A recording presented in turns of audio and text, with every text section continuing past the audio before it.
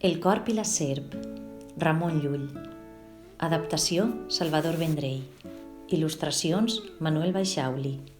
Onada Edicions. Fa molt, molt de temps, hi havia un corb que feia el niu en una roca. El corb estava molt enfadat, perquè cada any una serp es menjava els fills només eixir de l'ou. El corb no era prou fort i pensà ajudar-se de l'astúcia. Prop d'allí, la filla del rei jugava amb les donzelles en un hort de flors i arbres fruiters. Jugant, la princesa posà la diadema d'or, de plata i pedres precioses en la branca d'un arbre. El corb, que observava com jugaven, robà la diadema i volà de tal manera que uns homes el pogueren seguir.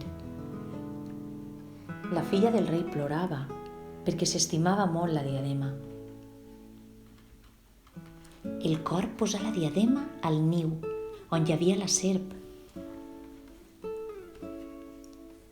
En arribar al niu, els homes van veure la serp i, sentint el perill, la mataren.